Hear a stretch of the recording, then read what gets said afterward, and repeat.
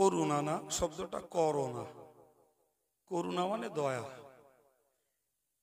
Corona একটা রোগ।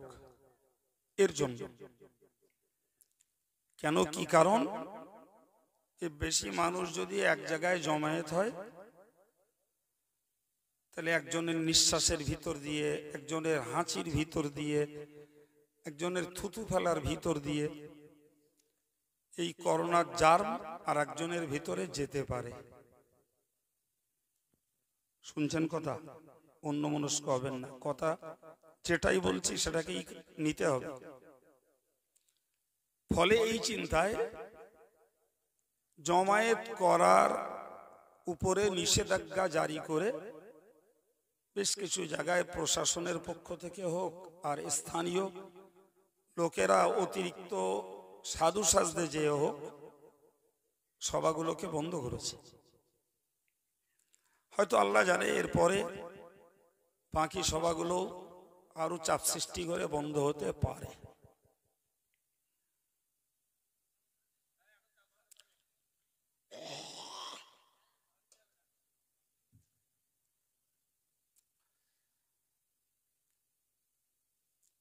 ভাই, দুঃখজনক হলেও সত্য, 30 লক্ষ লোক নিয়ে গঙ্গাসাগরের মেলা হয়েছে। কটা লোক বললাম?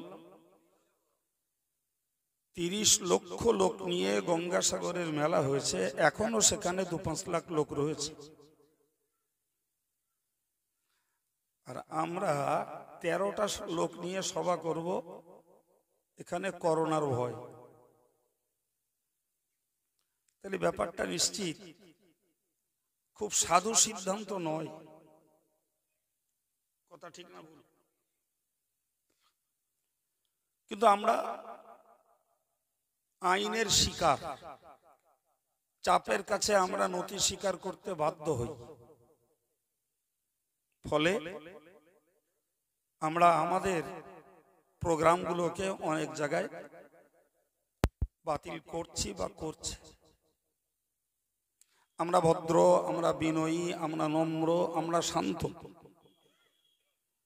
যতই আমাদের উপরে উচ্ছৃঙ্খলতা, সন্ত্রাসের বদনাম চাপানো হোক, এরপরেও আমাদের নিজেদের বিবেকের বিচারে আমরা বলতে পারি সত্যকারের যারা মুসলমান তারা উচ্ছৃঙ্খল নয়, তারা সন্ত্রাসী নয়, বরং তারা বিনয়ী এবং নম্র। ফলে আমরা আমাদের ধর্মীয় বিধানটাকেও যেমন আন্তরিকতার সঙ্গে মেনে চলি, সরকারি কোনো বিধান কিংবা মেডিকেল সায়েন্সের কোনো ফর্মুলা যতক্ষণ সেটা শরীয়তের বিপক্ষে না যায় ততক্ষণও আমরা সেটাকে মেনে নিতে একান্ত বাধ্য। এমনকি বলতে পারা যায় গত লকডাউনে শরীয়তের ওপরেও কিছু হস্তক্ষেপ হয়েছে। যেমন মসজিদে 4-5 জনের বেশি যাওয়া যাবে না, হয়েছিল না? জুমার নামাজে পর্যন্ত 5-7 জন 10 জন নিয়ে জুমার নামাজ হয়েছে। সম্মানিত ভাইরা, এরপরেও যারা নামাজ পড়তে গেছে সে নামাজগুলো মকরু হয়েছে, কারণ গায়ে গায়ে দাঁড়ানো যাবে না, 1.5-2 ফুট করে ডিস্টেন্স রেখে দাঁড়াতে হবে। এই যে মেডিকেল সায়েন্সের প্রক্রিয়াগুলি, ভাই মুখে মাস্ক পরো, সোশ্যাল ডিস্টেন্স বজায় রেখে চলো, ঘন ঘন স্যানিটাইজ করো অথবা সাবান দিয়ে হাত মুখ ধো, এই তো সরকারের প্রোগ্রাম। আর কি, মানুষ যাতে গ্যাদারিং না হয়, ঘর থেকে বেকার বা অকাজে বেরিয়েও না। আমি বলতে চাইছি, আমার এই কথাটাকে ভালো করে মাথায় রাখুন, আমরা মুসলমান, আমরা বিশ্বাস করি আল্লাহ যদি রোগ দেন প্রতিরোধ করার ক্ষমতা আছে বাবা, আর আল্লাহ যদি রোগ না দেন করোনার পেশেন্টকে সেবা দিলেও আল্লাহ সুস্থ রাখতে পারে। ভাই বিশ্বাস করুন, খুব দুঃখের সঙ্গে বলছি, এরা করোনার জন্য এই সমস্ত সিস্টেম দিয়েছে করোনা বন্ধ করা, কিন্তু আসলে যে করোনা বলি, ওমিক্রন বলি, এই যে রোগের নামগুলো দিয়েছে, তো রোগের একটা নাম আছে আলাদা, কিন্তু রোগ এলে আতঙ্কিত এবং সন্ত্রাসিত আর ভীত হওয়ার পিছনে কারণ একটাই, এ লোকটা মারা যেতে পারে।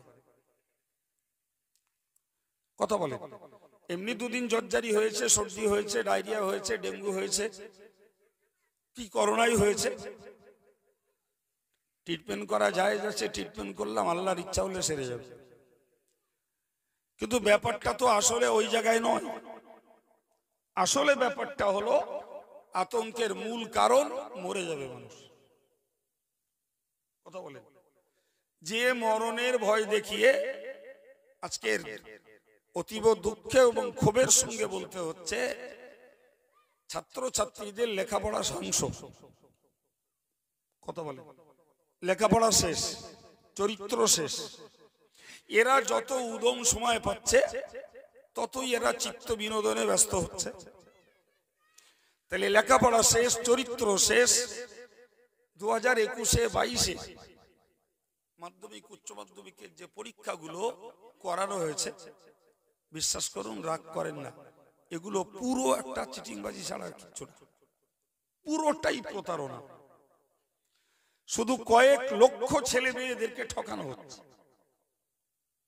অনলাইনে পরীক্ষা হচ্ছে, দিব্য বাড়ি বসে বই খুলে লিখে দিচ্ছে। এই কথা বলছেন না কেন? ঠিক না ভুল? তাহলে ওই ছেলেটার যোগ্যতা হলো কোথায়? ওই মেয়েটার যোগ্যতা হচ্ছে কোথায়? পরীক্ষা না দিয়েও পাস, আবার পরীক্ষা দিচ্ছে তা বাড়ি বসে বই দেখে। এর মানে কি জানেন তো? এর মানে হলো জন উত্তালকে বন্ধ করা আর ছাত্র ছাত্রীদেরকে একটা মিথ্যা আনন্দ দেওয়া।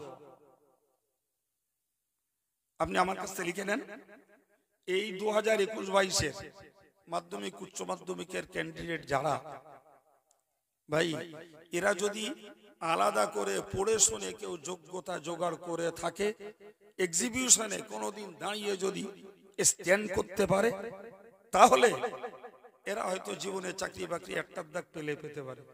না হলে যখনই দেখবে 2021-22 মার্কশিট কিংবা সার্টিফিকেট, দেশের যে কোনো ইউনিভার্সিটি ফেলে দেবে। লিখে নেন আমার কাছে। ও ব্যাংকে যাবে, 1.5 পয়সা লোন পাবে না, ব্যাংক ওকে লোন দেবে না। ও জানে যে 2021-22 মাধ্যমিক উচ্চ মাধ্যমিকের পরীক্ষার নামে যে ছলনা আর যে খেলনা হয়েছে, সেটা তারা ভালো খবর রাখে। এরপরও আমি আপনাদেরকে বলেছি, আমরা সরকারি নির্দেশের শিকার, কিছু করার নাই। কিন্তু আমি ওয়াচ করতে শুরু করেছিলাম একটা বিষয় নিয়ে। কেন দুম করে এই কথাগুলো বললাম? বিশ্বাস করুন, আমি গোড়ায় শুরু করেছিলাম যে আমরা ইমানদার। মনে আছে? মনে আছে? আমরা ইমানদার। দেশে যখন খোদার গজব নামে, কিছু ইমানদারের ইমান তখন পাকে, আর কিছু ইমানদার তখন ইমান হারিয়ে বেঈমান হয়ে যায়। কথা মুখস্থ করুন, কিছু ইমানদারের ইমান পেকে যায়, আর কিছু ইমানদারের ইমান একেবারে হারিয়ে যায়। সুতরাং আমি আপনাদেরকে করজোড়ে নিবেদন করে বলবো, নিশ্চিত করে মনে রাখুন, মানুষ হিসাবে সতর্কতা অবলম্বন করা, নাগরিক হিসাবে সরকারি বিধানকে মানা, আমরা স্বাস্থ্যের পক্ষে।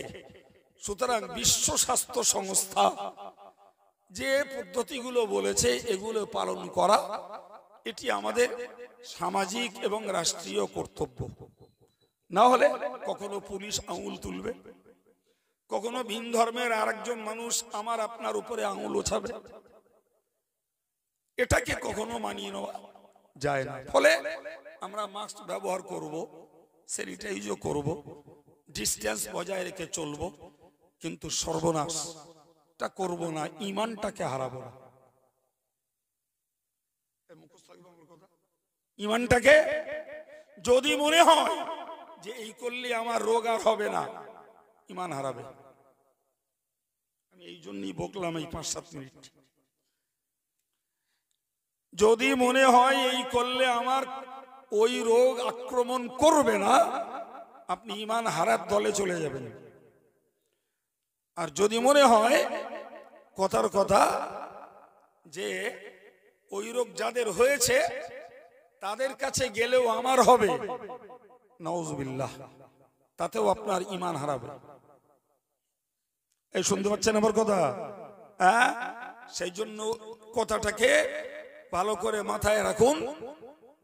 করোনা বন্ধের জন্য সরকারি যে সিস্টেম, ভাই ওটা করব, দেশের নাগরিক, আমাদেরও বাইরে ঘরে ঘুরতে হয়, করব, কিন্তু বিশ্বাস কি রাখবো? আল্লাহ দিলে হবে, আল্লাহ না দিলে। হায়াতের মালিক কে? মৌতের মালিক। আমরা মুখে যেটাকে বিশ্বাস করি, এই বিশ্বাস দৃঢ়ভাবে অন্তরেও থাকা দরকার।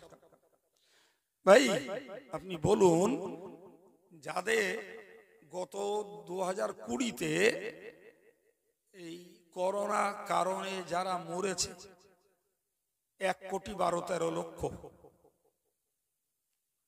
চীন, Japan, Bangladesh, Bharat, Italy, Spain, Russia, America, Australia, Sri Lanka, Saudi, বিশেষ বিশেষ এই দেশগুলো মিলে কম বেশি 1,12,13,00,000 লোক মরেছে। এরপরে আপনি একটু খোঁজ নেন তো, এই যে 1,12,13,00,000 লোক মরেছে, বিশ্বাস করুন আমাদের মতো এই খেটে খাওয়া দিনমজুর গাঁ গ্রামের মানুষ যারা, জি, আরে সারা পাড়ায় পাড়ায় যারা ভিক্ষে করে চড়ে বেড়ায়, এর মধ্যে খুব একটা মরিনি বলো? কথা বলেন।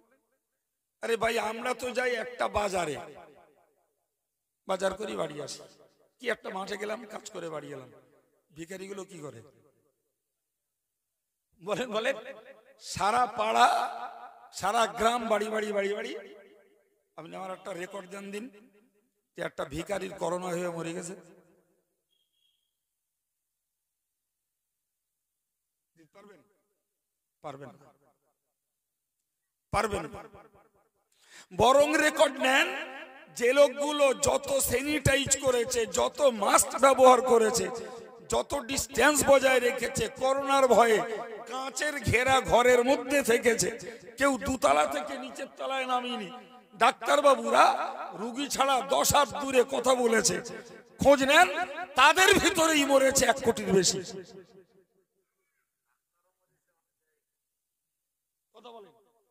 আমি বেকার ব্যাটারি পড়াচ্ছি না, আপনার ইমানটাকে মজবুত করার জন্য এই কথাগুলো বলছি। জি, তাহলে সাবধান হলেই যদি আত্মরক্ষা হয়ে যেত, তাহলে বিশ্বাস করুন যে ডাক্তার বাবুরা, যে অভিনেতারা, যে অভিনেত্রীরা, যে রাজনীতির নেতারা এবং হায়ার এডুকেটেড উচ্চ শিক্ষিত লোকেরা যারা ভদ্র, সভ্য, পরিচ্ছন্ন, সব সময় জীবাণু মুক্ত জীবন যাপন করে, তাদের মধ্যে এত মরা মূল্য কেন? বিশ্বাসটাকে ঠিক রাখতে হবে। বাঁচা ধন, আল্লাহ যদি মারে, গোটা পৃথিবীর বিজ্ঞানী আর সরকারের গোষ্ঠীর ক্ষমতা নেই তুমি কোন পদ্ধতিতে তাকে বাঁচাবে। আর আল্লাহ যদি বাঁচায়, 16 দিন ঘর ভেঙে ধ্বংস অবশেষ মাল পড়ে আছে, পুলিশ সেই ধ্বংসের মালগুলো সরাতে সরাতে 16 দিনের মাথায় তার ভিতর থেকে উদ্ধার করলো 9 মাসের একটা শিশু বাচ্চা, তার মধ্যে দিব্যু খেলা করছে। সুবহানাল্লাহ, পালা করে বলতেছেন, সবাই মিলে আরেকবার বলেন। তাহলে না খাইয়ে বাঁচাতে পারে কে? আল্লাহ।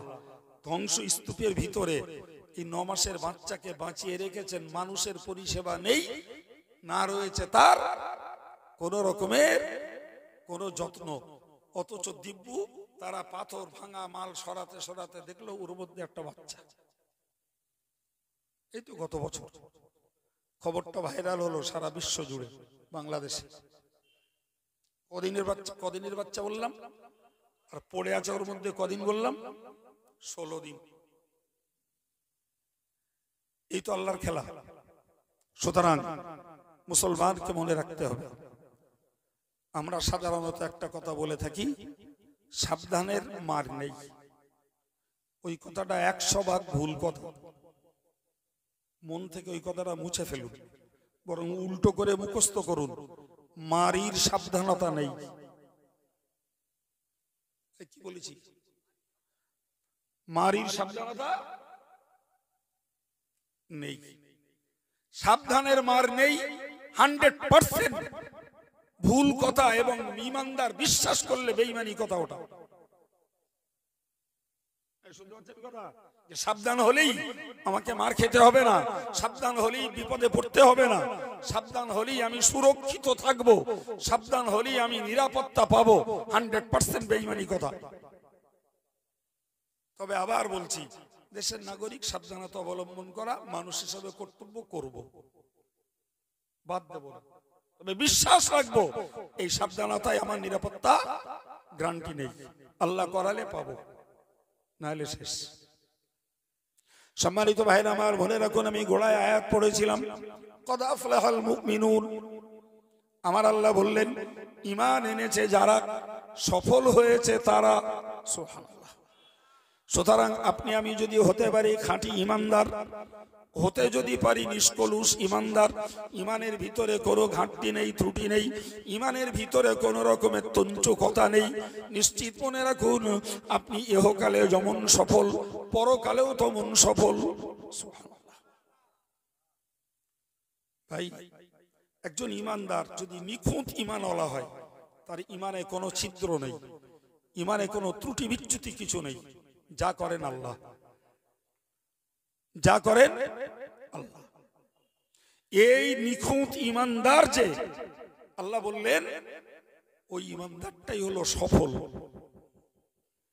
ভাই, এই সফলতাটা কবে? সফলতা কবে? আল্লাহ তো বললেন ঈমানদারের জন্য সফলতা। খুব ঠান্ডা মাথায় বুঝুন ভাই, দুনিয়াতেও আমরা সফলতা খুঁজি। কিরকম? একটা ছেলে পরীক্ষা দিয়ে পাশ করেছে, তার মানে সে সফল।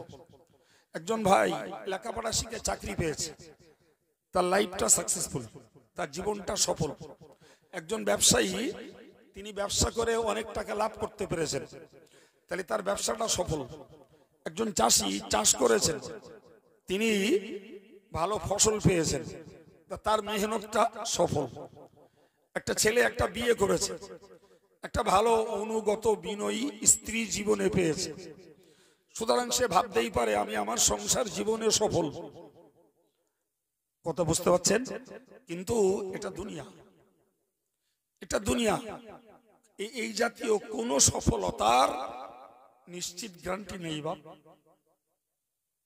ভালো করে মুখস্থ রাখুন, নিশ্চিত এই সফলতার গ্যারান্টি আছে? জোরে বলেন।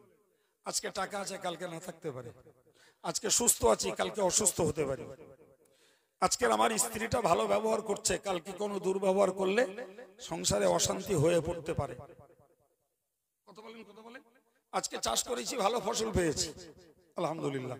কালকে চাষ করে আমি ফেলিওর হতে পারি।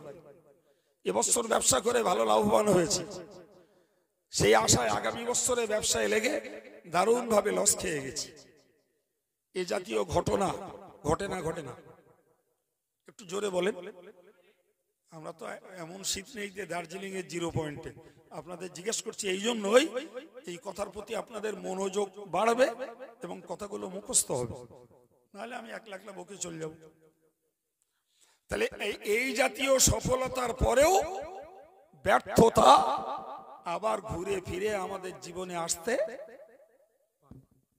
আমার আল্লাহ পাক কোরআন শরীফে বলেছেন, ফামান যুহজিহা আনিন নার ওয়া উদখিলাল জান্নাত, কিয়ামতের দিনে বিচারের সময়ে যাদেরকে জাহান্নামের আগুন থেকে দূরের হেফাজত করা হবে, জাহান্নামের আগুন থেকে যাদেরকে দূরে রক্ষা করা হবে, আর বিচারের শেষে উদখিলাল জান্নাতা, তাদেরকে জান্নাতে ঢোকানো হবে।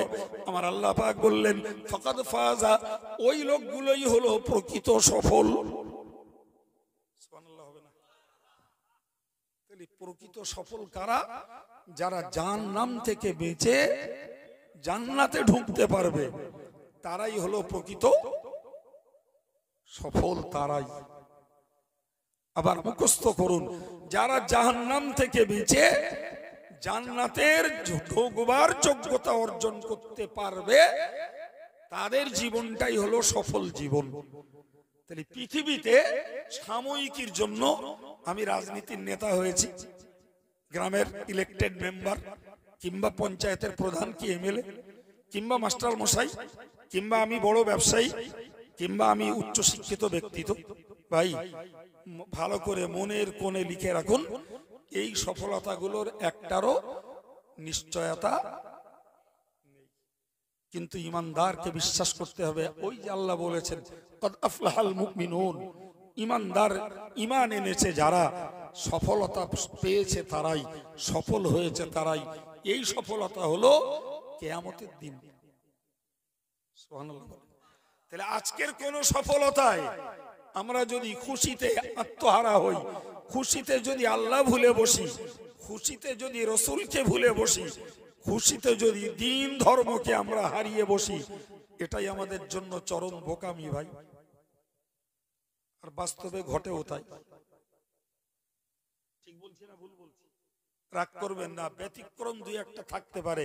একটু দেশের দিকে তাকিয়ে দেখুন, জি, যত বেশি উচ্চ শিক্ষিত তারা তত ধর্মহারা, যাদের টাকা যত বেশি তারা তত ধর্মহারা, যারা যত মডার্ন তারা তত ধর্মহারা। কথা বলেন, ভুল বলছি না ঠিক বলছি?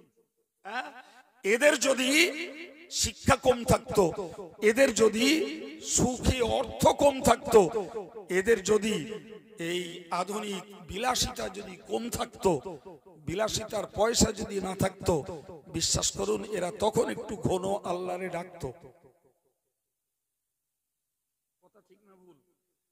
ভাই সাগরের মাঝে জাহাজ যদি ডুবু ডুবু হতে যায়, তখন যত পরিমাণ আল্লাহরে ডাকে, ডেঙ্গায় উঠলে আর আল্লাহর ডাকে? জি, ঠিক কথাই বলেছি। মাঝি ভালো ছিল তাই যাই করে পার করতেছে আমার কথা বলেন। এই যদি হয় ইমানের অবস্থা, ও ইমান নিয়ে তো সফলতা লাভ করা কোনদিন না। সব খোলস, গেট আপ, ভিতরে কিচ্ছু নেই। সুতরাং খুব শান্ত নীরব পরিবেশ, দুটো জ্ঞানের কথা আপনাদের এই মূল্যবান ব্রেনে দিচ্ছি। এই ইমানটাই যদি বাঁচানো যায়, জীবনের যত আমল সব বাঁচানো যাবে বাপ। আর ইমানটাই যদি হারিয়ে যায়, সমস্ত আমলগুলো সব ধ্বংস। সম্মানিত ভাইরা আমার, আল্লাহ পাকের কথাটি আবার একবার মনে করুন। আমার আল্লাহ বললেন, ফামান যুহজিহা আনিন নার, যাদেরকে জাহান্নাম থেকে দূরে রাখা হয়েছে, জাহান্নাম থেকে যাদেরকে হেফাজত করা হয়েছে, উদখিলাল জান্নাহ, এবং জান্নাতে প্রবেশ করেছে, ফাকাদ ফাজা, তারাই প্রকৃত সফলতা লাভ করেছে। সুতরাং দুনিয়ার কিছুতে যদি আমরা একটু সফল হই, দুনিয়ার কিছুতে যদি আনন্দ হই, আলহামদুলিল্লাহ, আল্লাহ দিয়েছেন, শুকরিয়া আল্লাহর আদায় করব। কার? জোরে বলেন। নিজস্ব বিদ্যা বুদ্ধির প্রশংসা নয়, কোন ডাক্তার বাবুর প্রশংসা নয়, কোন মাস্টার মশাইয়ের প্রশংসা নয়। প্রশংসা পাওনাদার একমাত্র, শুধুমাত্র, কেবলমাত্র আল্লাহ। আমার ক্ষেতের ফসল দাম তো আল্লাহ দিয়েছেন, আমি সার পানি ব্যবহার করেছি, ওতে হয়নি বাপ, সব মিথ্যে কথা, ওতে হয় না। তুমি লেখাপড়া শিখেছো বলে চাকরি পেয়েছো, 100% মিথ্যা কথা। তোমার মতন ওই রকম সম ডিগ্রি নিয়ে লক্ষ লক্ষ ছেলে মেয়েরা ঘুরছে, তারা পায়নি। তুমি যখন পেয়েছো তোমার বোঝা উচিত ছিল এটা আল্লাহ আমাকে দিয়েছে। কিন্তু মানুষ এই কৃতজ্ঞতা প্রকাশ করে না, বরং আগেই নিজের ক্যারিভারিটি, নিজের ক্যাপাসিটি, জি, আর অন্যের নাম করে আর গুণ গায়। মূলত আল্লাহর গুণ, আল্লাহর প্রশংসা মানুষ করে না। তুমি ব্যবসা করে যতই মেহনত করো, তোমার মতন সম ব্যবসায়ী কত ভাই মুখ ছুবড়ে পড়েছে। আল্লাহ তোমাকে দাঁড় করিয়েছেন, শুকরিয়াটা আল্লাহর আদায় করো, তোমার নয় বাপ। এসব ঈমান বিরোধী চরিত্র। সম্মানিত ভাইরা আমার, মনে রাখুন, আমি আপনাকে আবার বলছি, মহান আল্লাহ পাক বলেছেন কদ আফলাহাল মুমিনুন, কদ আফলাহাল মুমিনুন, ঈমানদার যারা তারা সফলতা লাভ করেছে। আর আমি ঈমানটাকে মজবুতির জন্য বাস্তবের কথাটা টেনে ধরে টাটকা টাটকা আপনাদের শুনিয়ে দিলাম। ভাই, যখনই গজব আসে, আমি আগে একবার বলেছি আর একবার বলছি, পাকা ঈমানদারের ঈমান আরও পাকে, আর কাঁচা যারা তারা ঈমানটাকে হারিয়ে ফেলে। সুতরাং খোদার গজব হলো ঈমানদারের ঈমান পরীক্ষার একটা মাধ্যম। বেঈমান যারা, তাদের কথা ছাড়ুন, তারা এসব মানেও না, জানেও না, বিশ্বাসও করে না। তারা জানে মাস্ক পরলে, স্যানিটাইজ করলে, সোশ্যাল ডিস্টেন্স বজায় রাখলে করোনা থেকে বাঁচা যাবে। যদিও লক্ষ লক্ষ মরে গেছে, ও বুদ্ধি তাদের মাথায় আসে না। আমার কথা বোঝা যাচ্ছে কিছু? ফেরাউনের মাথায় বুদ্ধি আসেনি যে আমার দেশের লোহিত সাগর, উত্তাল তরঙ্গের সাগর, তার মাঝখান দিয়ে কি করে পথ হলো। বুঝতে পারছেন কিছু? শুনেছেন না কোনোদিন, না শোনেননি? যে হযরত নবী মুসা তার দলবল নিয়ে লোহিত সাগর পেরিয়ে ওপারে মাদিয়ানে পৌঁছে গেলেন, এপারে মিশর। ফেরাউন যেয়ে দেখলো বারে মুসা নবী তার দলবল সহ ওই তো নদীর মাঝখানে পৌঁছে গেছে। ধরার জন্যই তো গিয়েছিল।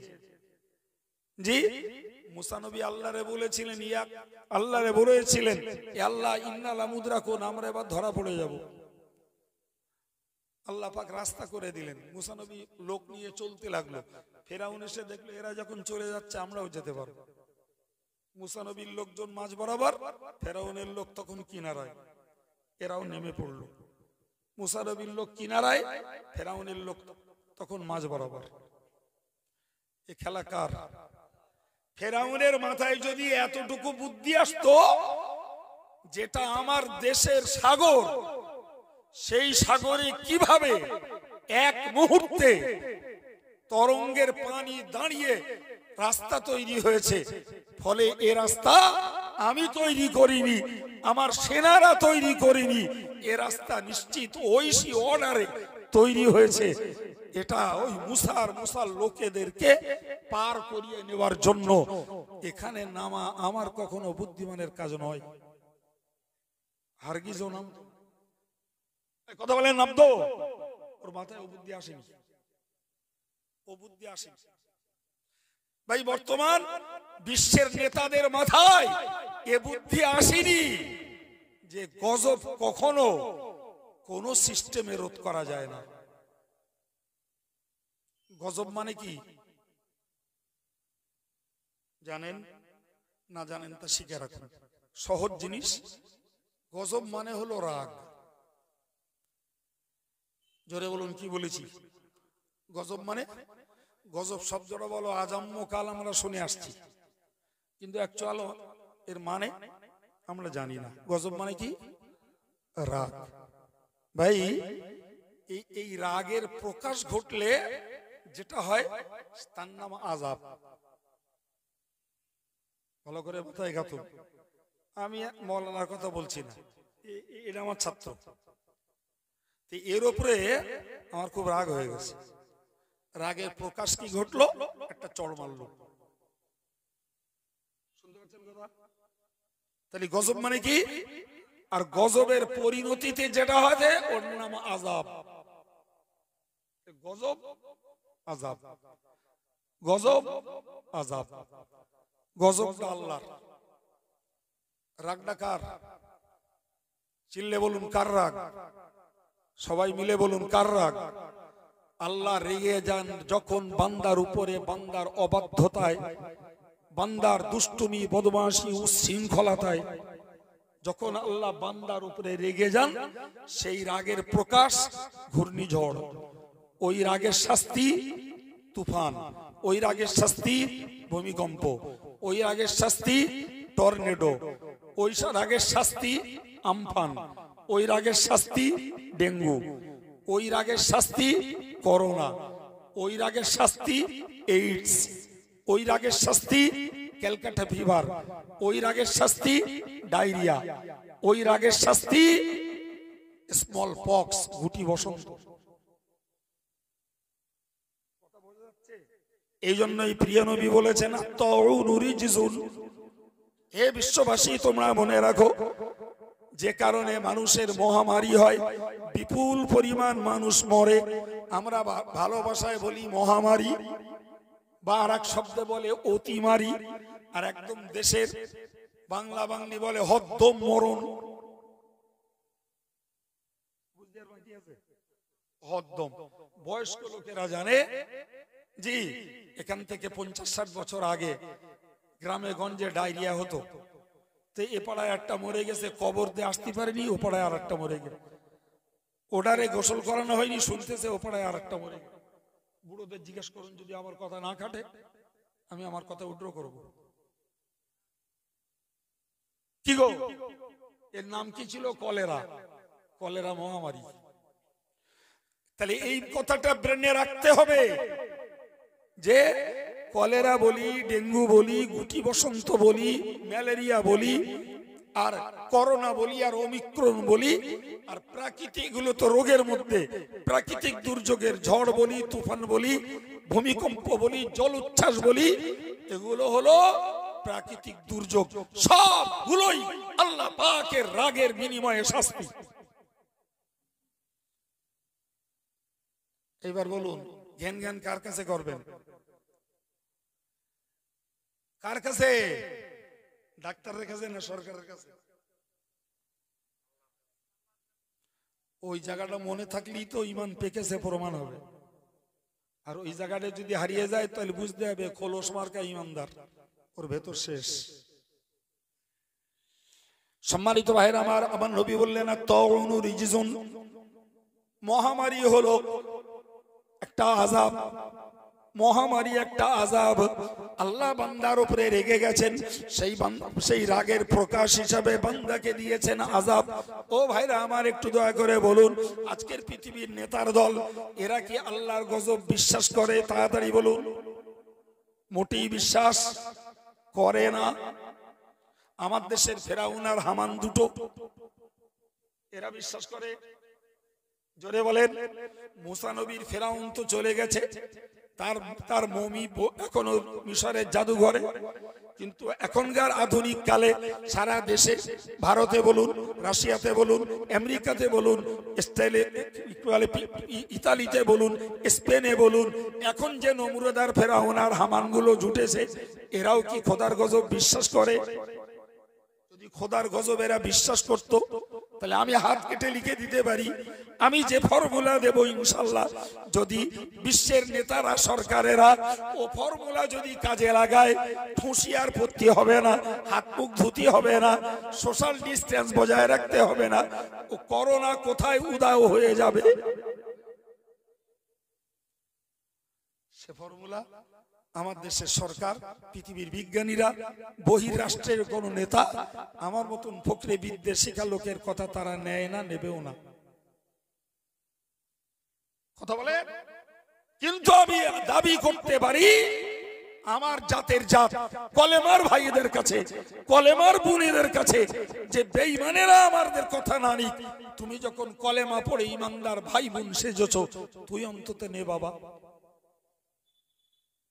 দাবি করতে পারি না? পারি না। জোরে বলেন। একটা কারণ শুনুন, সম্মানিত ভাইরা আমার, মনে রাখুন, হাদিস শরীফে এসেছে, ওয়ালা ফাশাসিনা ফি কওমিন ইল্লা কাসুরা ফিহিমুল মাউত। হুজুর বলেছেন, যে জাতির মাঝে ব্যভিচার প্রকাশ্য হবে, ওই জাতির উপরে আল্লাহ মহামারী দেবে।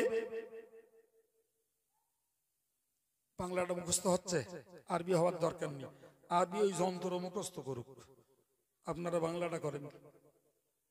রাসূলুল্লাহ বললেন, যে জাতির মাঝে ব্যভিচার প্রকাশ্য হবে, ওই জাতির উপরে আল্লাহ মহামারী, অতিমারী, মানে হদ্দম লোকের আল্লাহ মারবে।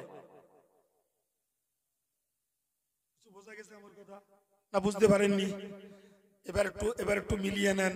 রসুল বলেছেন 1400 বছর আগে, আজকে মিলান। ব্যভিচার এখন গোপনে হয় না প্রকাশ্য? তাড়াতাড়ি বলুন।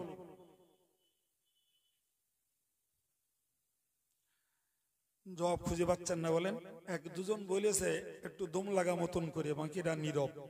মনে করলে কই ব্যভিচার হলি তো দেখতে পাতাম আমরা। বেয়াদবির মাপ চেয়ে জিজ্ঞেস করছে, আপনি বলুন দিন বসিরহাট, খোলাপথা, বাদুড়িয়া, মাটিয়া, বেড়াচাপা, দেগঙ্গা, বারাসাত, কোথায় বেশ্যেখানা নেই আমার একটু বলবেন? বলেন বলেন। যেখানে স্পষ্ট মানুষ জানছে এবং রীতিমতো তার যারা খরিদ্দার, সেখানে রীতিমতো তারা দৈনিক লাইন দিচ্ছে, দেশের সরকার জানে, পুলিশ প্রশাসন জানে, আমরা আম জনতা জানি, এরপরে ব্যভিচার গোপন কোন লজ্জায় বলবেন? কথা বলছেন না কেন? ব্যভিচার গোপনে হচ্ছে। রাসূলুল্লাহ বললেন, যে জাতির মাঝে ব্যভিচার প্রকাশ্য হবে ওই জাতিকে আল্লাহ মহামারী দেবেন। তারা লাশ পুড়িয়েও শেষ করতে পারবে না, আর মুসলমানরা কবর দিয়েও শেষ করতে পারবে না। শুকরিয়া আল্লাহর, 2020-তে যদি কথার কথা সারা বিশ্ব জুড়ে মুসলমান মরে থাকে তো হয়তো 4-5 লাখ মরেছে, আর বাকিরা মরেছে অন্যেরা।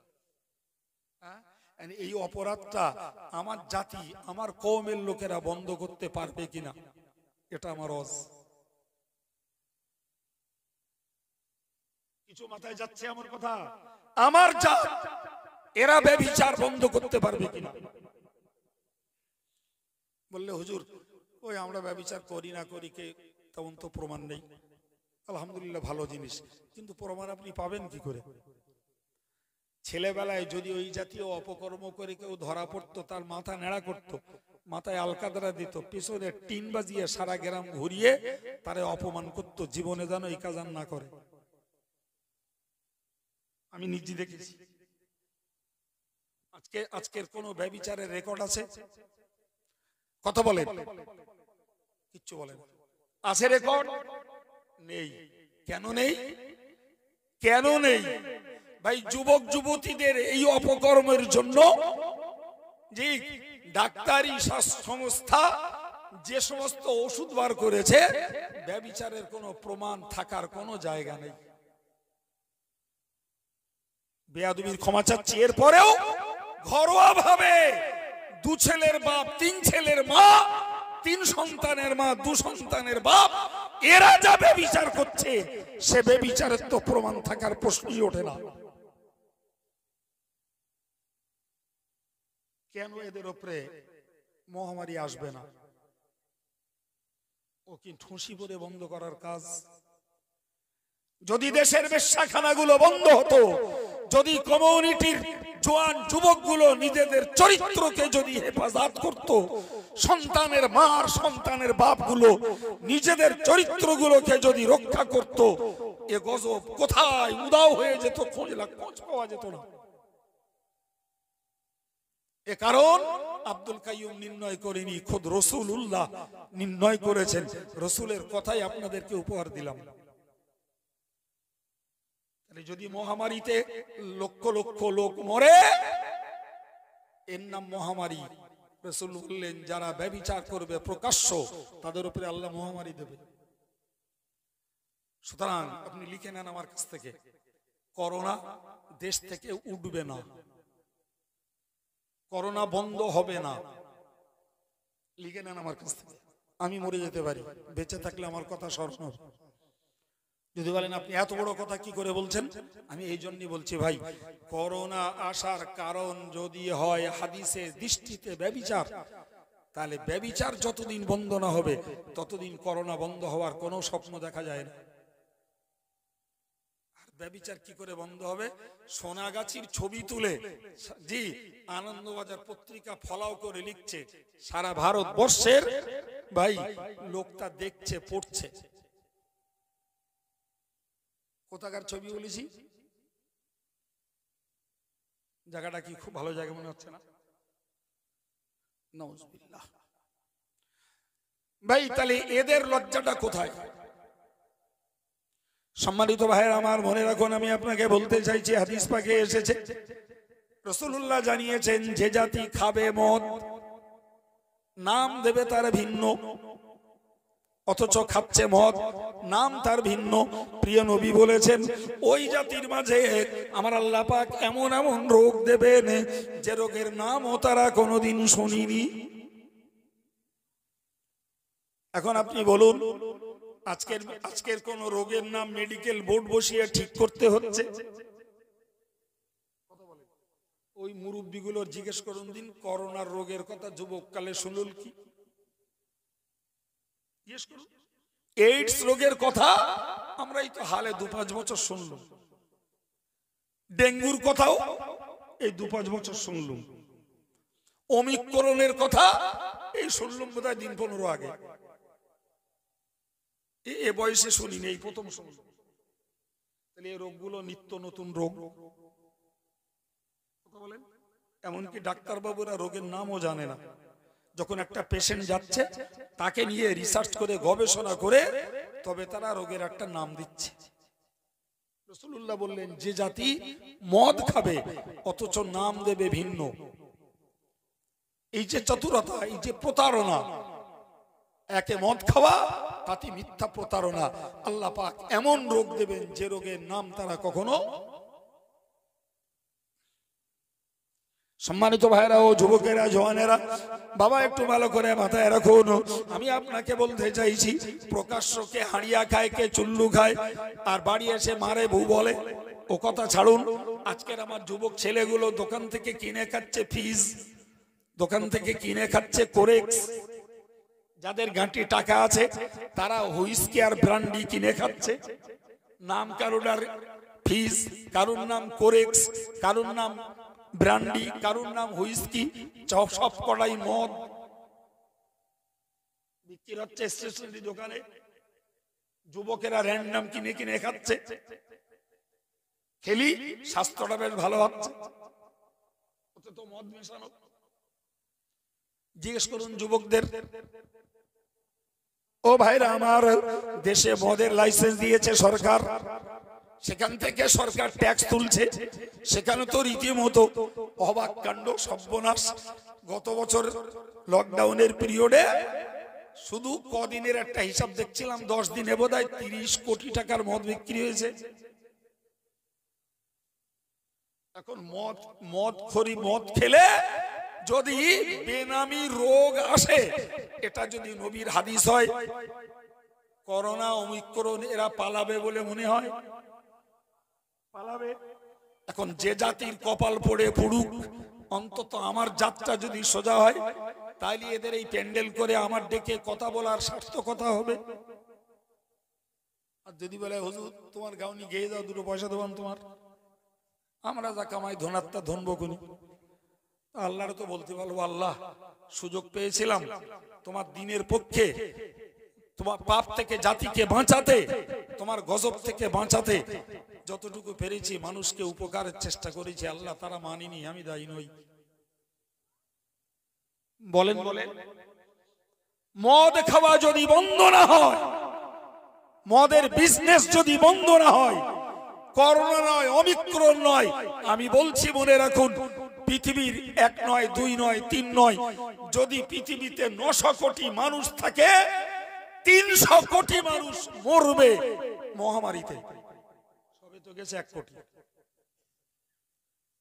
সবে তো 1 কোটি গেছে। কি ভাবছেন আপনি? 300 কোটি মরবে। আমার 300 কোটি মরবে এখনকার হিসাবে বলছি। কিয়ামত যখন হবে, কিয়ামত পর্যন্ত মানুষের পরিসংখ্যান হবে। একটা হাদিসের উক্তি, জি ভাই, তিন ভাগের এক ভাগ লোক মরবে মহামারীতে, আর এক ভাগ লোক মরবে স্বাভাবিক মৃত্যু, আর এক ভাগ লোক বেঁচে থাকবে, ওদের উপরে হবে কিয়ামত। সুতরাং এই এক ভাগ যে মহামারীতে মরবে তারই পালা শুরু হয়েছে 2020 থেকে করোনার মাধ্যমে। সবে 1 কোটি গেছে। আজকের পৃথিবীতে 800 কোটি মানুষ, যদি হিসাবের সুবিধার্থে ধরে নেই 900 কোটি, তাহলে অঙ্ক এটাই দাঁড়ায় 300 কোটি মরবে মহামারীতে, 300 কোটি মরবে স্বাভাবিকভাবে, 300 কোটি বেঁচে থাকবে, ওদের উপরে কিয়ামত হবে। এখন ওই পর্যন্ত সময় কতদিন লাগবে, কতদিন আল্লাহ নেবে সেটা আল্লাহই জানে। জি সম্মানিত ভাইরা আমার, মনে রাখুন কোরআন শরীফে আল্লাহ বলেছেন ওয়ায়ুহিল্লু লাহুমুত তাইয়্যিবাত ওয়া ইউহাররিমু আলাইহিমুল খাবাইস। মহান আল্লাহ বলেন, গো আমার বান্দা বান্দি, তোমাদের জন্য পবিত্র মালকে হালাল করা হয়েছে। জোরে বলুন সুবহানাল্লাহ। ওয়া ইউহাররিমু আলাইহিমুল খাবাইস, যত রকমের নোংরা, নাপাক, দুর্গন্ধ, অরুচিকর খাদ্য সবগুলোকে তোমাদের জন্য হারাম করা হয়েছে। যত অরুচিকর খাবার এগুলো হারাম করেছেন কে? জোরে বলেন আল্লাহ। অরুচিকর জিনিস ভাই পবিত্র হলেই আমরা খাই না, বলো হালা পাক হলেই খাই না, মাটি পাক, কিন্তু খাওয়া হারাম। কথা বুঝছেন কিছু? সম্মানিত ভাইরা, যে জাতি ওই নোংরা জিনিস, অরুচিকর, অখাদ্য জিনিস খাবে, তাদের উপরে খোদার গজব নামবে। তার মানে গজব মানে রাগ, রাগের বিনিময়ে আযাব নামবে তাদের উপরে।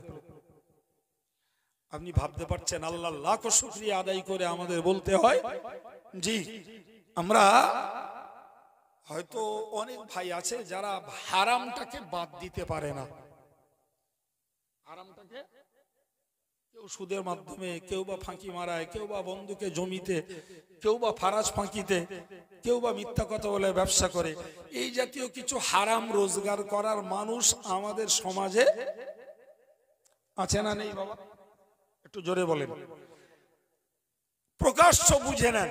মনে করুন একজন লোক সুদ খায়, তো শরীয়তের হুকুমে সুদের টাকাটা হারাম, কিন্তু আল্লাহ এরপরেও বলতে হয় সে সুদের টাকা দিয়ে সাপ কিনে খায় না, ব্যাঙ কিনে খায় না, সুদের টাকা দিয়ে সে কুত্তা জবাই করে খায় না, সুদের টাকা দিয়ে বেজি আর বন বিড়াল আর শিয়াল মেরে খায় না, সে সুদের টাকা দিয়ে biryani, fried rice, rezala, roast কিনে কিনে খায়। তাহলে শরীয়তের হুকুমে তার টাকাটা হারাম, কিন্তু যেটা খাচ্ছে সেটা বলো রুচির খাবার। চিল্লে বলুন ঠিক না ভুল? যেটা হারাম সেটা কিসে? শরীয়তের হুকুমে। কিন্তু তাই বলে সে অরুচিকর খাবার খায় না, সে খাচ্ছে রুচিশীল খাবার। কিন্তু আপনি একটু ভেবেছেন ভাই, কোথায় বলবেন? চীনে বলুন, মেঘালয়ে বলুন, ভাই এরকম করে ভারতবর্ষের কেন্দ্রশাসিত অঞ্চলগুলোতে বলুন, জি আন্দামানে বলুন, আপনি ভাবতে অবাক হয়ে যাবেন। মানুষ সাপ খায়, ইঁদুর খায়, বাঁদর খায়, সেই সঙ্গে বনবিড়াল খায়, শেয়াল খায়, বেজি খায়। অবাক, এক্ষুনি মানুষ মানুষ জবাই করে খাচ্ছে। আপনি বলেন এগুলো একটাও খাদ্যের জিনিস? চিল্লে বলেন, চিল্লে বলেন। এগুলো এগুলো সত্যি সত্যি কি রুচিকর কিছু? হ্যাঁ ভাই, শুকরের গোশত সে দেখতে কি পরের কথা, ভাই রুচিকর জিনিস বলে মনে হয়? আমরা তো খাই না। অনেক ভদ্র যাদের যাদের ধর্মে ওটার অনুমতি আছে, সেই ধর্মেরই ভদ্র লোকেরা ও জিনিস। যে জাতি অরুচিকর খাবার খাবে, এ জাতিকে আল্লাহ গজব দেবেন। কি বুঝলেন? এ জাতিকে কি দেবেন? মুসলমানরা হয়তো সুদ খেয়ে, মুসলমানরা হয়তো বন্ধুকে জমির উপসত্ব ভোগ করে, মুসলমানরা অন্তত এরা এরা ইঁদুর, বাঁদর, কুকুর, সাপ, বিড়াল, বেজি ধরে খায় না। এরা জোরে বলুন, খায়। শুধু পশ্চিম বাংলা নয়, অল ওভার ওয়ার্ল্ডে আলহামদুলিল্লাহ মুসলমানদের ভিতরে এ জাতীয় খাবার খাওয়ার কোন কপাল পোড়া এক পিসও খুঁজে পাওয়া যাবে না। আপনি যদি বলেন হুজুর আপনি কি বলছেন এসব, একটা প্রমাণ নেন। এই মাঝে মাঝে শীতের সময় দেখবেন কিছু কিছু উদ্বাস্তু যাযাবর, আবার কেউ বলে ওদের মাল, কিছু লোক আমাদের এদিক সেদিকে আসে না, ওই যেখানে সেখানে রাস্তার ধারে তাঁবু গিড়ে বউ বাচ্চা নিয়ে থাকলে সকালবেলা বেরোলে তীর ধনুক নে ওই কোনখান থেকে একটা বিড়াল মেরে, বোন বিড়াল মেরে, ওখান থেকে একটা বেজি মেরে, শরীর মেরে খাদ্য আমার কথা খাটছে খাটছে। ওরা বলো ওই 13টা লোক না, ওদের গোষ্ঠী সারা পৃথিবী জুড়ে সব জায়গায় রয়েছে। মাশাআল্লাহ আমাদের ভারতেও আছে, আমাদের ভারতেও আছে। চীনে প্রচুর, চীনেরা ইঁদুর খাওয়ার মাস্টার মশাই, প্রচুর ইঁদুর খায়। তা করোনা এর জন্য হবে না, তা কার জন্য হবে? বুঝতে পারছেন কিছু? করোনা এদের জন্য হবে না, তা কার জন্য হবে? সুতরাং এরা বেশ্যেখানাও বন্ধ করবে না, এরা মদের লাইসেন্স দেওয়া বন্ধ করবে না, মদের ডেরাগুলো, আবগারিগুলো এরা তালা মারবে না। আর এ জাতি ওই অরুচিকর খাবার খাওয়াও বন্ধ করবে না। ফলে খোদার গজবের যে আযাব, খোদার রাগের যে শাস্তি, এ শাস্তি বন্ধ। সম্মানিত ভাইরা আমার, যুবক ছেলেরা, জওয়ানেরা, আপনি মনে মনে এবার একটা কথা ভাবুন যে তারা তো অপরাধ করছে, হুজুর শাস্তি তারা পাক, কিন্তু আমাদের মধ্যে কেন হচ্ছে? ভাই দুটো কারণ ভালো করে মাথায় রেখে দিন, মাথায় রেখে দিন দুটো কারণ, ব্রেন ক্লিয়ার হয়ে যাবে। নাম্বার 1 একটা কারণ বুঝে নিন বাবু, সেটা হলো এটাই, ইমানদারও মহামারীতে মরতে পারে। এটা মুখস্থ করুন। ইমানওয়ালা, আমলওয়ালা কলেরায় মরতে পারে, ডেঙ্গুতে মরতে পারে, করোনায় মরতে পারে, ওমিক্রনে মরতে পারে। ইমানদার, আমলওয়ালা, এমনকি হাফেজ, মৌলানা, মুফতি, পীর সাহেব, পীরজাদা সাহেব, এরাও এই জাতীয় কোন মহামারীতে মরতে পারে। ব্যাপারটা হলো মরণের সময় তো নির্দিষ্ট। এখন চলছে মহামারীর পিরিয়ড, এখন যার মরণের সময় এই পিরিয়ডে, সে যদি ইমানদার, আল্লাহওয়ালা, দিনদার হয়, তো করোনার পিরিয়ড বলে আল্লাহ তার সময়টা বাড়িয়ে করোনা পার করে তার মারবে না। মাথায় ঢুকছে কথা? সুতরাং মহামারীর পিরিয়ডে, করোনার এই অতিমারীর সময় যদি কোনো ঈমানওয়ালা, আল্লাহওয়ালা, দিনদার মানুষ মরে, খশ্চিন কালেও ভাববেন না যে লোকটা বোধহয় খারাপ ছিল, তাই বোধহয় আল্লাহর এই গজবের সময়ে রোগে মরেছে। এটা ঈমানদারের কাছে আমার নিবেদন। ভীষণ ভাবে এতে মানুষ বেঈমান হয়েছে, আবার হবে। তাই এখন সবে সবে আস্তে আস্তে হাওয়া চলছে, সুযোগে আপনাদেরকে কথাগুলো ছড়াচ্ছি, একটু মজবুতির সঙ্গে ঠিক করুন। কি বলেছি? যে মহামারীর পিরিয়ডে কোন ইমানদার, হাফেজ, আলেম, নামাজি, কোন আল্লাহওয়ালার মরণের যদি সময় এসে যায়, আল্লাহ তাকে মারবে। আর মারার জন্য আল্লাহর কাছে কারণ থাকে। ধরে নেন জ্বর হয়েছে, এখন জ্বর হলেই আগে মানুষ খুঁতখুত করতেছে, কি জানি কি হলো, করোনা না ওমিক্রন। অথচ এরকম ঠান্ডার পিরিয়ডে সর্দি জ্বর জন্মকাল থেকে হয়ে আসতেছে। কথা বলেন। আর এখন যেই হচ্ছে ঘ্যানর ঘ্যানর করতে, কি জানি করোনা হলো নাকি, পজিটিভ না নেগেটিভ, ট্রিটমেন্ট না একবার টেস্ট করি, এই করি আগুন লাগাচ্ছে। একবারও ভাবে না যে এরকম সর্দি জ্বর তো কতই না হয়েছে।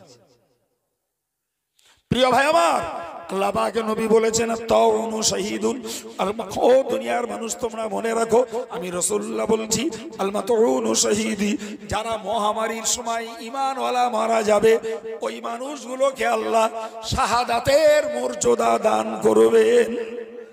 আর একটু চিল্লে বলুন, তাহলে একজন ইমানদার যদি ডায়রিয়ায় মারা যায়, একজন ইমানদার যদি করোনায় মারা যায়, একজন ইমানদার যদি ওমিক্রন রোগে মারা যায়, একজন ইমানদার যদি মারা যায় ডেঙ্গু জ্বরে, এমনকি মনে রেখে দিইনি কোন ইমানদার যদি মরে পেটের রোগে, কোন মা যদি মরে যায় বাচ্চা হওয়ার সময়ে, ভাইরা আমার কেউ যদি মারা যায় দেয়াল চাপা পড়ে, কেউ যদি মারা যায় আগুনে পুড়ে, কেউ যদি মারা যায় মনে করুন কোন উপর থেকে নিচে পড়ে, বিশ্বাস করুন এই জাতীয় কারণে মরণগুলো নবী পাক বলেছেন এদের মরণ শহীদের মরণ। মহামারীতে ইমানদার মরলি লস আছে? চিল্লে বলুন। এ কথা বলো আমরা আগে শিখে রাখিনি বাপ, এখন চিল্লিয়ে বলছেন ঠিকই, কিন্তু আমার মন বলছে এ কথা আগে আপনাদের শেখা ছিল না, যে কারণে প্রচুর পরিমাণে মুসলমানদের ভিতরে করোনার কারণে মরেছে, কপাল পোড়ারা তার জানাজাও পড়তে যায়নি, ইমাম পর্যন্ত জানাজা যায়নি, করোনায় মরেছে। তাই বলুন এর ইমান কোথায়? আর ওই লোকটা মরেছে, ও যদি ইমানদার হয় আল্লাহর কাছে ও শহীদের মর্যাদা পাবে। এগো তুমি তোমার ইমান কি কচুর পাতার উপরে রয়েছে? যে করোনার পেশেন্টের জানাজা পড়লি, কি করোনার পেশেন্টের গোসল করালি, কি ওর কাফন পরালি, আমারে করোনা ধরবে, ও তো কচুর পাতার ইমান। কথা বলেন, প্রচুর জায়গায় প্রচুর। আল্লাহর রাস্তে এগুলো করবেন না, করবেন না। হতে পারে কেউ পিরিয়ডে মারা যাবে, এখানে না হোক আমার আত্মীয়। এই কিছুদিন আগে একজন মারা গেল, আমাদের এলাকার ছেলে, বোম্বে মারা গেল করোনা পজিটিভ। তার লাশ ফিরিয়ে আনলো, গোসল দেওয়ার লোক হয় না,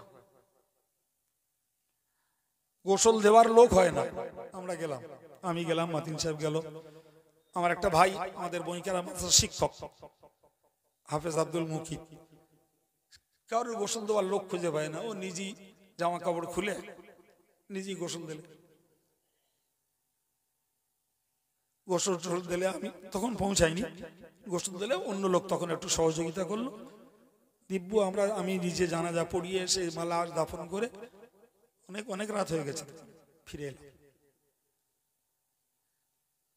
এই রোজার পরে আমি একটা করোনার রোগী দেখতে গেছি, ঠিকানা বলবো না, আপনারা চেনেন, ঠিকানা বলবো না।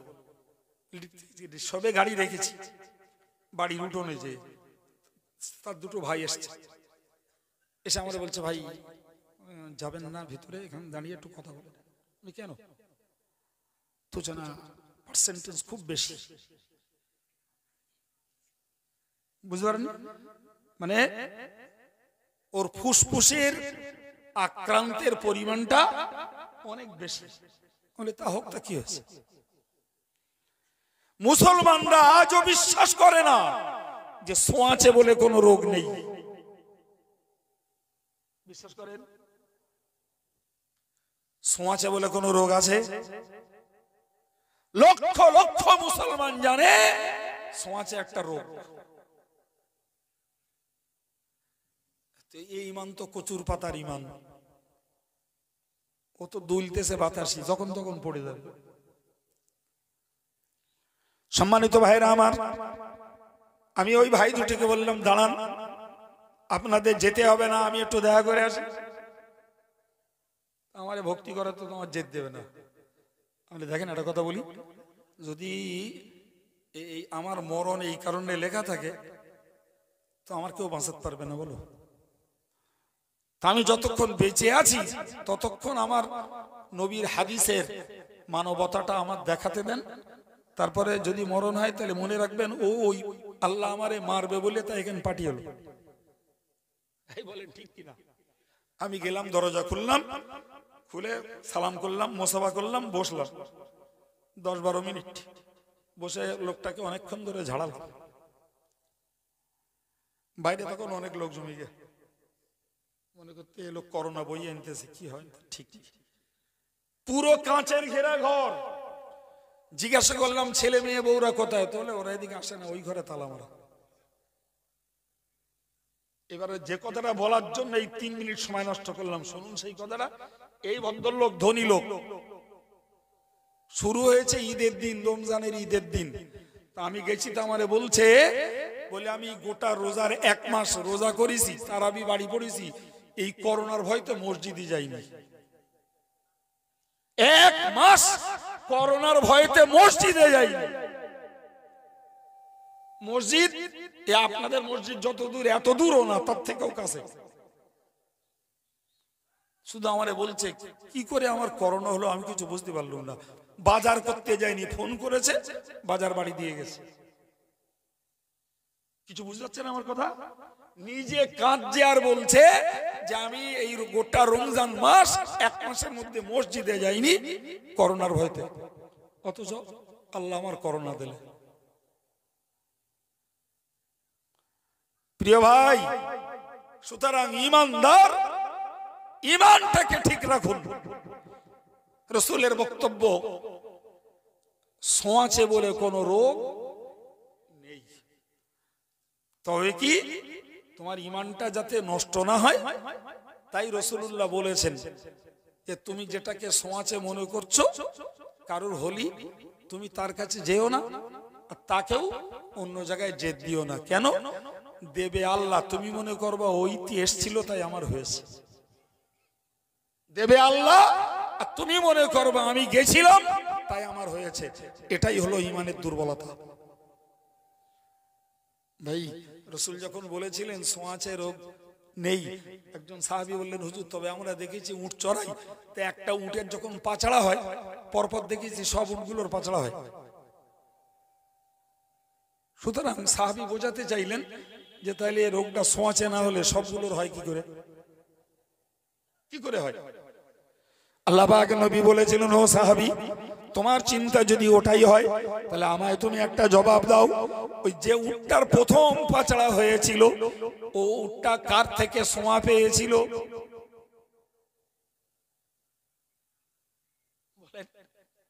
ওরে কেটা দেশে, ও কার কাছে শুয়ে ওর হয়েছে পাচড়া? উত্তর খুঁজে পাওয়া যাবে, এক কথায় বলতে হবে আল্লাহ দেশে। কি বলতে হবে? আল্লাহ দেশে। তো ওরে যদি আল্লাহ দেয়, বাকি যাদের হয় তাদেরও আল্লাহ দেয়। কিন্তু তোমার মন দুর্বল, তুমি ওই কাছে গেলে হয়তো বাবা ওই জন্যই হয়েছে, নবী বলেছেন তাহলে তুমি কাছে যেও না, তোমার ঈমানটা বাঁচাও। প্রিয় ভাই আমার, আমি যে কথা বলতে বলতে এই জায়গায় এসে পৌঁছেছি, আমি আপনাকে বোঝাচ্ছিলাম যে খোদার গজব ফেরাউন, নমরুদ, হামানরা বিশ্বাস করে না, ফলে ওরা ওদের সিস্টেম চালিয়ে যায়। আর যে যে কারণে পৃথিবীতে মহামারী আসে, সে কারণ রোধ করার মতো চেতনা, ব্যবস্থাপনা, প্রসেসিং করার ক্ষমতা দেশের সরকারের নেই। মদখোরদের আন্দোলনে, লকডাউনে মদের দোকান খুলে দিতে হয়ে, অথচ আমার নবী বলছেন যে জাতি খাবে মদ, নাম দেবে ভিন্ন, সে জাতির উপরে এমন রোগ আমি আমার আল্লাহ দেবেন যে রোগের নাম তারা জানে না। 3টি কারণ আপনাকে দেখিয়েছি। একটা বলেছি ব্যভিচার, আর একটা বলেছি মদ, আর একটা বলেছি কুরুচিকর খাদ্য খাওয়া, যে খাদ্য এমনি সাধারণভাবে মানুষের রুচিতে আসে না। আলহামদুলিল্লাহ, তাতে মুসলমানরা বেঁচে আছে, কুরুচির খাবারটা খায় না। সুদ হারাম, ওটা শরীয়তের হুকুমে হারাম, তার জন্য তার গুনাহ হবে, কিন্তু হারাম পয়সা দিয়েও সে বলো সুরুচির খাবার কিনে খায়। সাপে দুর্মাদর বেজি কুকুর খায় না। জি, ফলে যাদের কারণে গজব আসছে আলাদা, কিন্তু আমরা কেন মরছি, আমাদের কেন মরণ? প্রিয় ভাই আমার, আমি আপনাকে বোঝালাম, ইমানদার যদি মহামারীতে মরে লাভ না লস? জোরে বলুন। তাহলে ইমানদার মহামারীতে মরলে আমরা ঘৃণা করব না, আমরা অন্য কিছু ভেবে মানুষটাকে দোষ দেব না। যদি দেখি মানুষটার ভিতরে ঈমান আমল ছিল, তাহলে বরং আত্মবিশ্বাস রাখবো ওই লোকটা শহীদের মর্যাদা পেতে পারে আল্লাহর কাছে যদি ঈমান নিয়ে মরে। হ্যাঁ, কোনো মানুষ মরে গেছে, নামাজ কালাম ঈমান আমাল কিচ্ছু ছিল না, ভাই আমার ভালো বলারও দরকার নেই, মন্দ বলারও দরকার নেই, যা আছে আল্লাহ জানে, ঠিক না ভুল? প্রিয় ভাই আমার, তাহলে ইমানদার সফল। একবার বলেছি কিয়ামতের দিনে জান্নাতে যেতে পারবে, তবেই হবে সফলতা। জি ভাই, আর ইমানদার দুনিয়াতে বেঁচে থাকলেও আলহামদুলিল্লাহ তার সফলতা এটাই, সে থাকে আল্লাহর রহমতের তলদেশে। তো ইমানদার হওয়ার পরেও আমাদের উপরে বলো গজব বাদ যাচ্ছে না বাপ। কেন যায় না? তার একটা ছোট্ট কারণ জানুন। জি, ইমানদার মরলে করোনায় কি অন্য কোন মহামারীতে শহীদ, কিন্তু কেন হয়? আমরা পাপ করি না বলছি ভাই, মুসলমানরা একেবারে ওই জাতীয় পাপগুলো করে না, আমরা হলফ করে বলতে পারবো বাপ? পারবো? কায়দা নেই। তাহলে দোষী মানুষ কিছু না কিছু আছে আমাদের মধ্যে।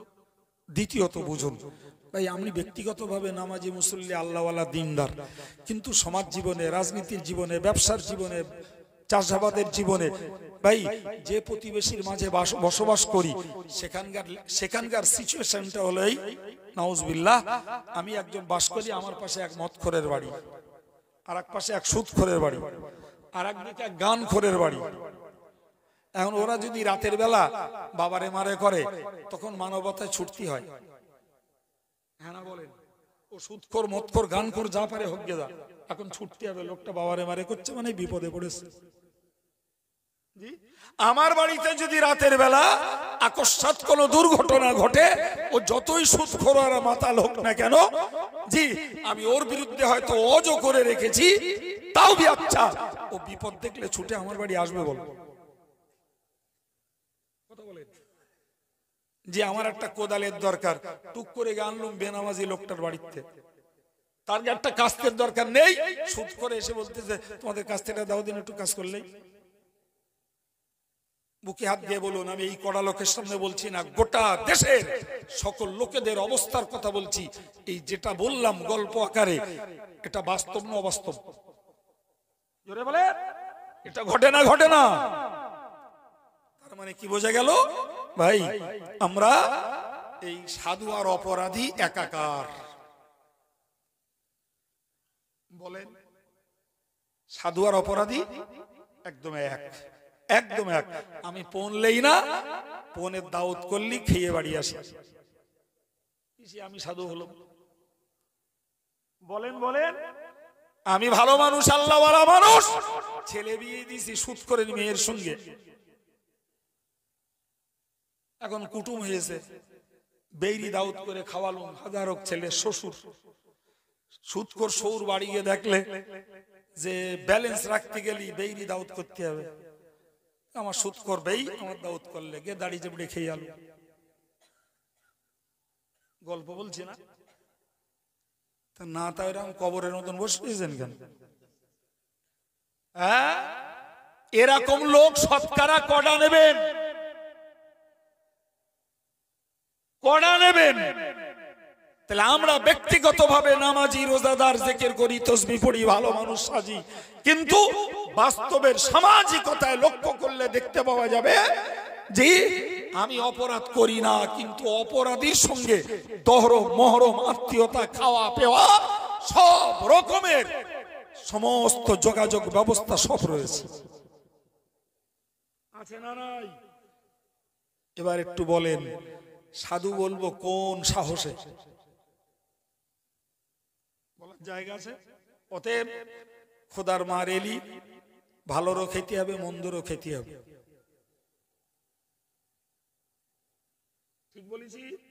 এই জন্যই বাস্তবটা দেখুন, বন্যা যদি হয়, দাঁতাল মাতাল খেদ বদমায়েশ ওরগা ক্ষেতের ফসলগুলো ডুবে যায়, আর নামাজি মুসল্লিদের ক্ষেতগুলো সব শুকনো থাকে। ভুলে গেছে আমার বলা? আচ্ছা, থুড়ি কেন নামাজি মুসল্লি আল্লাহওয়ালার ফসলগুলো ক্ষতি হলো? কেন আমফানে ইমাম সাহেবের গাছ গেল, মুফতি সাহেবের গাছ ভেঙে পড়লো? কেন হাজি সাহেবের বাগান উজাড় হয়ে গেল? জি, এরা তো ভালো লোক। কথা পাওয়া যাচ্ছে কিছু আমার অজের? সম্মানিত ভাইরা আমার, সুতরাং আমরা যেহেতু কেউ অপরাধ করি কেউ করি না, কিন্তু বাকি মেলামেশায় সাধু আর অপরাধী একাকার, ফলে অপরাধীর জন্য শাস্তি আসে, ও শাস্তির ভাগ ও আল্লাহওয়ালা নামাজি মুসল্লি দিনদার ভাই বাবাজি মা বোন সবার ভাগে নিতে হবে। বাপ আল্লাহ পাক নবী বলেছেন, ইজা আনজালাল্লাহু বিকওমিন আযাবান আসাবাল আযাবু মান কানা ফীহিম। আমার আল্লাহ পাক নবী বললেন, ওগো দুনিয়াবাসী মানুষ, তোমরা মনে রাখো, আল্লাহ পাক যখন আযাব নাজিল করেন তখন ওই জাতির মাঝে যত লোক থাকে সবার উপরে আল্লাহর আযাব বর্তায়। নবীর হাদিস। সাহাবীরা টেনশনে পড়ে গেলেন, ইয়া রাসূলুল্লাহ, এই যদি হয় তাহলে যারা আল্লাহওয়ালা দিনদার নামাজি মুসল্লি তারাও তো আযাব পাবে। রাসূল বললেন, হ্যাঁ পাবে, তা তো পাবি। সাহাবীরা বললেন, হুজুর তারা তো আল্লাহওয়ালা আল্লাহর পথের মানুষ, তাদের এর বিনিময়ের উপকারিতা। প্রিয় নবী বললেন, এই যে দিন ঈমান আমল নামাজ কালাম যা কিছু করেছে এটা এদের লস নাই, এই পাওনাগুলো আল্লাহ কিয়ামতের দিনে ওদের দিয়ে দেবে। আর একটু চিল্লিয়ে বলেন, এদের লস নাই। এরা যে দুনিয়ায় একসঙ্গে থাকার জন্য কখনো বন্যার কবলে, কখনো খরার কবলে, কখনো আমফানের ঝড়ে, কখনো বা সে আয়লা না লায়লা কি বলে তার ঝড়ে, যাতে তাতে কষ্ট এরা পেয়েছে, কিন্তু যখন কিয়ামতের দিনে আল্লাহ এদের উঠাবেন, এদের ইবাদত আমলের পূর্ণ মজুরি আল্লাহ এদের দান করবেন। কথা বোঝাতে পেরেছি বাবু? হ্যাঁ, তাহলে ইমানদার মহামারীতে মরলেও লাভ না লস? জোরে বলেন, লাভ। আর আমরা ভালো হলো কেন আমার গা কপালে দুঃখ আসে, তার কারণ বোঝাতে পেরেছি, মনে আছে না ভুলে গেছে? হ্যাঁ ভাই, তাই এরপরেও আমাদের নিজস্ব ইবাদত আমল বাদ দিলে হবে না বাপ। বিশেষ করে আমাদেরকে, আমি সবার কাছে বলবো, জি রাসূলুল্লাহ বলেছেন, আল্লাহর গজবে আযাব। আল্লাহর গজবে, এটা মুখস্থ করে ফেলেন, আল্লাহর গজবে আযাব। আল্লাহর রাগে আমাদের জন্য শাস্তি, আল্লাহর রাগে আমাদের জন্য শাস্তি। নবী বললেন, যদি তোমরা আল্লাহর দেওয়া শাস্তি থেকে বাঁচতে চাও তাহলে ওই আল্লাহর রাগটাকে মিটিয়ে ফেলো। আল্লাহর রাগটাকে মিটিয়ে ফেলো। যুবক যুবতী, ছেলে বুড়ো, মা বোন, ভাই বাবাজি, সবার কাছে সবার জন্য একই সিস্টেম। রাসূলুল্লাহ বললেন, আল্লাহর রাগ মেটানোর জন্য সবথেকে উত্তম ব্যবস্থা হলো পাপের কথা স্মরণ করে তওবা করতে থাকো, কাঁদতে থাকো আল্লাহর কাছে, আল্লাহর রাগ মিটে যাবে, তোমার উপর থেকে আল্লাহ আযাব তুলে নেবে। ভাই, আমি কিছুই রেডি হয়ে এখানে বসিনি, আল্লাহ যেটা ইচ্ছা সেটাই ব্রেনে দিয়েছেন, বলিয়েছেন। যদি মনে হয় যে সময় উপযোগী, আজকের কথাগুলো আমাদের জন্য উপকারের হয়েছে, আলহামদুলিল্লাহ, আল্লাহ কবুল করেন, বলুন আমিন। জি, সবাই একটু নিজেরা তওবা করতে চেষ্টা করি, তওবা করতে চেষ্টা করি, আল্লাহর কাছে ক্ষমা চাই, পাপাচারণ ছাড়ি, নেকির কাজগুলো ধরি। যারা নেকির কাজ ধরে আছেন তওবা করি, নেকির কাজগুলোকে শুদ্ধ করি, আল্লাহর রহমত ইনশাআল্লাহ আমাদের উপরে আসবে। সম্মানিত ভাইরা, আমার কাজ উঠলে আলোচনা শুরু করা, যতক্ষণ সময় থাকে ততক্ষণ দিয়ে দেবো। একটানা আল্লাহ যা বলিয়েছেন বলে ফেলেছি। জি, পরের বক্তা আসবেন, তার ওয়াজ শুনবেন। তার আগে আমার ছোট্ট দুটো তিনটে দাবি। প্রথম একটা দাবি হলো, ভাই মাদ্রাসাগুলো চালাতে হবে, চালাতে গেলে পয়সা লাগবে। লকডাউন কি হবে পরের কথা, আমার স্টাফের বেতন গুনে যেতে হবে। ইসালে সব করতে পারবো কিনা খোদা ভালো জানেন। জি, কিন্তু স্টাফের বেতন গুনতে হবে, অনলাইনে আমার ক্লাস চালাতে হবে। একটা বছর মার যাওয়া মানে প্রচুর ক্ষতি। ফলে আমরা ইসালে সাহেবের পূর্ণ প্রস্তুতি নিচ্ছি। জি, তো আপনাদের কাছে আমার দাবি, জামিয়া রহমানিয়া ইসালে সওয়াব পয়লা, দোসরা, তেসরা ফাল্গুন জানেন, আগামীর জন্য আবার দাওয়াত দিচ্ছি। ভবানীপুরের ইসালে সওয়াব 20-21 মাঘ, সেখানেও যান অনেকে, যাওয়ার জন্য দাওয়াত দিচ্ছি। আমি সেই সঙ্গে আপনাদের কাছে দাবি রাখছি, প্রতি বছরই ইসালে সওয়াবের সময় আমরা 20 টাকার, 10 টাকার আর একটা বিল মার্কেটে দেই, 25টা করে পাতা থাকে। আল্লাহর রাস্তে আমার এই ভাইরা, শীতলের অনেক ভাইরা নেয়, অনেক মানুষকে পেয়েছি, একটু আওয়াজ দিচ্ছি, পারলে একটা দাগ বিল কুপন, 25টা পাতা, 20 টাকা করে তুললে 500 টাকা হবে, 10 টাকা করে তুললে 250 টাকা হবে। যদি একটু খেদমত করেন এই বেসরকারি ইসলামী প্রতিষ্ঠানে, আপনার খেদমত আল্লাহ পাক জাযা দেবেন। পারলে আমার গাড়িতে বিল কুপন আছে, চট করে একটু নিয়ে মজলিসে বসুন। দ্বিতীয় একটা কথা বলছি, গত বছর লকডাউনের সময় আমি একটা বই লিখেছিলাম, বইটির নাম ভাইরাস ও প্রতিকার। কেন মহামারী হয়, মহামারী হলে আমাদের করণীয় কি, ওই সময় কি দোয়া পড়তে হয়, সব কারণ এবং দোয়া কালাম বইটাতে হাদিস দিয়ে কোরআন দিয়ে প্রমাণ করিয়ে লেখা। তবে গত বছর সভা চলিনি, ফলে বইটা মার্কেটে আনা হয়নি। জি, আমার কাছে বইটা আছে, মাত্র 30 টাকা করে দাম।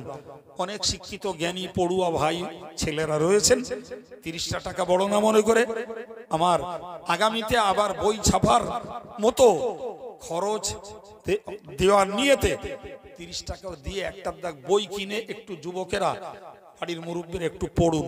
অন্তত এই গজবের হাওয়ার পিরিয়ডে নিজেদের ঈমানটাও ঠিক থাকবে এবং কিছু করণীয় আমল তার থেকে পাওয়া যাবে ইনশাআল্লাহ। পারলে বই একটা দাগ জোগাড় করুন, বিল কুপন নেওয়ার জন্য অনুরোধ করছি। দাওয়াত দিলাম ভবানীপুর জামিয়া দুটোরই, সবাই আপনাদের সকলকে দাওয়াত।